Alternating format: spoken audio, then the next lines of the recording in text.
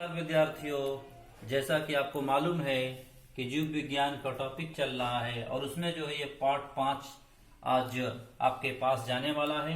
ये वीडियो जो है 5वां वीडियो है और इसमें जो है जीव विज्ञान में जो है आपका चौथा टॉपिक राइबोसोम है ना। राइबोसोम आपको बताने जा रहा है और वीडियो जो है ये 5वां है। राइबोसोम जो होता है, इन कणों को सबसे पहले सन 1953 में रॉबिन्सन और ब्राउन नामक वैज्ञानिक ने सेब की जड़ों की कोशिकाओं में देखा। क्या हमने कहा, ये जो राइबोसोम होता है, इस राइबोसोम को सर्वप्रथम सेब की जड़ों में जो है रॉबिन्सन और ब्राउन नामक वैज्ञानिक ने सबसे पहले देखा था। लेकिन राइबोसोम की खोज 1955 में सर्वप्रथम पैलाडे नामक वैज्ञानिक ने किया था। हमने बताया कि राइबोसोम की खोज जो है पैलाडे नामक वैज्ञानिक ने 1955 में की थी, लेकिन सबसे पहले इन्हें 1953 में रॉबिन्सन और ब्राउन नामक वैज्ञानिक ने सेब की जड़ों में देखा। उसी चीज को हमने लिखा भी कि राइबोसोम की खोज सर्वप्रथम पैलाडे नामक वैज्ञानिक ने सन 1955 में की थी। ये डमरू के या लगभग गोलाकार 140 से 160 एंगस्ट्रॉम व्यास वाले सघन सूक्ष्म कण होते हैं। कहने का मतलब ये है कि ये जो है हमारे राइबोसोम जो होते हैं, ये आपके कोशिका द्रव्य में और केंद्रक में या खुद में जो है हरित लवक, माइटोकॉन्ड्रिया और जीवाणु में भी ये पाए जाते हैं। ये डमरू के आकार के होते हैं। ये जो है इनका स्ट्रक्चर जो होता है डमरू जैसा होता है और ये जो है राइबो न्यूक्लिक अम्ल और प्रोटीन के बने होते हैं। ये आरएनए और प्रोटीन से बने होते हैं, इसलिए इनका नाम जो है राइबो न्यूक्लियोप्रोटीन कहते हैं या राइबो न्यूक्लियोप्रोटीन के नाम से भी जानते हैं। और इसे जो है आरएनपी कण भी कहते हैं। इंपॉर्टेंट है, याद रखेंगे। आपको बताए हैं कि ये डमरू के आकार के लगभग गोलाकार 140 से 160 व्यास वाले सघन सूक्ष्म कण होते हैं। ये राइबो न्यूक्लिक अम्ल आरएनए और प्रोटीन के बने होते हैं। आरएनए और प्रोटीन की उपस्थिति के कारण इन्हें राइबो न्यूक्लियोप्रोटीन यानी आरएनपी कण भी कहते हैं। यह आप जानते रहेंगे। राइबोसोम सभी जीवित कोशिकाओं में पाए जाते हैं। हमने क्या बताया कि राइबोसोम जो होते हैं सभी जीवित कोशिकाओं में पाए जाते हैं। ये कोशिका द्रव्य में स्वतंत्र रूप में पाए जाते हैं। अभी हमने बताया कि जो आपको मैंने बार बार एक स्ट्रक्चर आपको मैं दिखा रहा हूं, पादप कोशिका का जो इलेक्ट्रॉन सूक्ष्मदर्शी से देखने पर आपको ऐसा ही दिखाई देता है।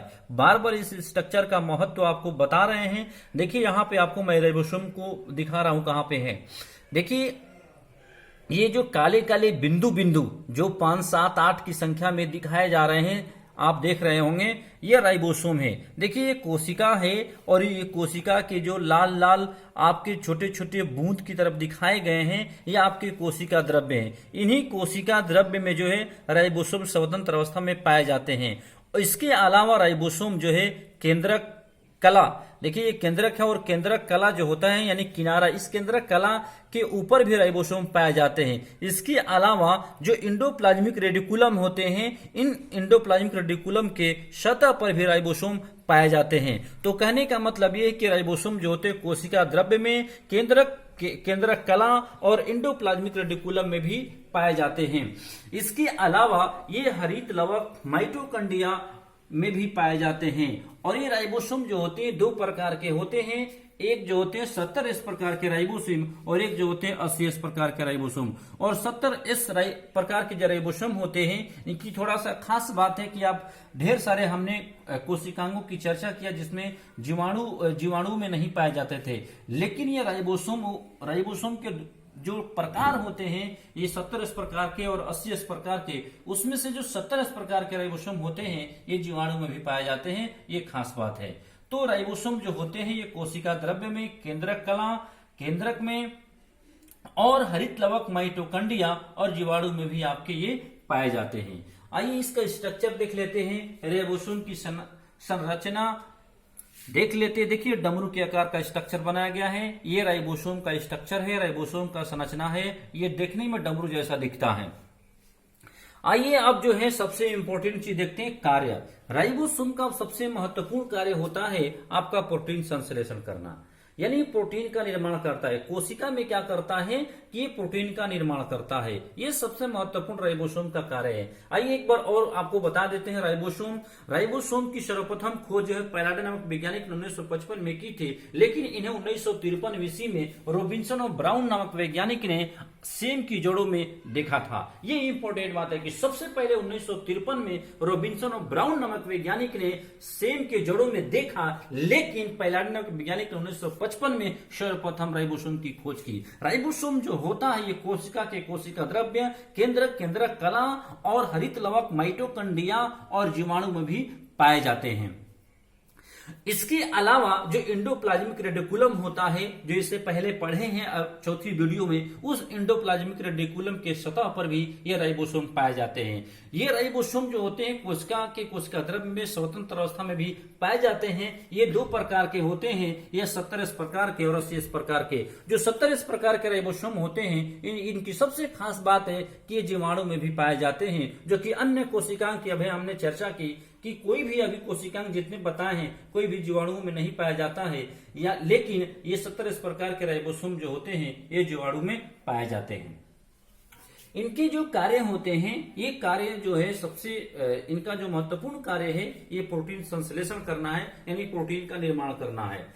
उसके बाद जो है अगला टॉपिक देखते हैं, गाल्जी काई या डिक्टियोसोम के नाम से भी जाना जाता है। ये सब हम आपको बता रहे हैं क्या कोशिका द्रव्य में पाए जाने वाले कोशिकाओं की चर्चा हम कर रहे हैं।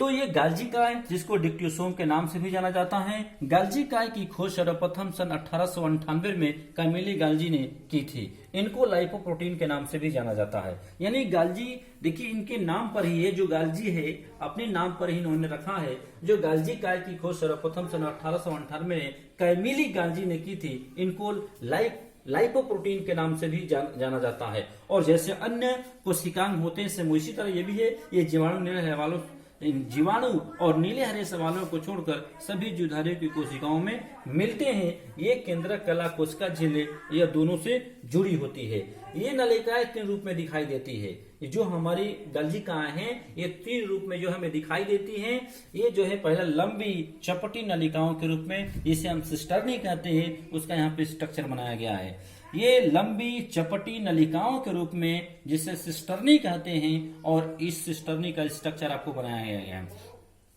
अगला है थैली के रूप में, जिसे आशय कहते हैं, गोल गोल स्ट्रक्चर बनाया गया है। ये थैली की तरह होता है, जिसे हम आशय के नाम से जानते हैं। तीसरा जो होते हैं छोटी शाखित व अनियमित नलिकाओं के रूप में, जिसे नलिकाएं कहते हैं। जो इसका स्ट्रक्चर आपको बनाया गया है नलिकाओं के रूप में होती है, अनियमित नलिकाएं के रूप में होती है। इसे जो है हम तीसरा जो है इसके प्रकार बता रहे हैं, जिसको जो छोटी शाखित या नियमित नलिकाएं के रूप में जानी जाती है।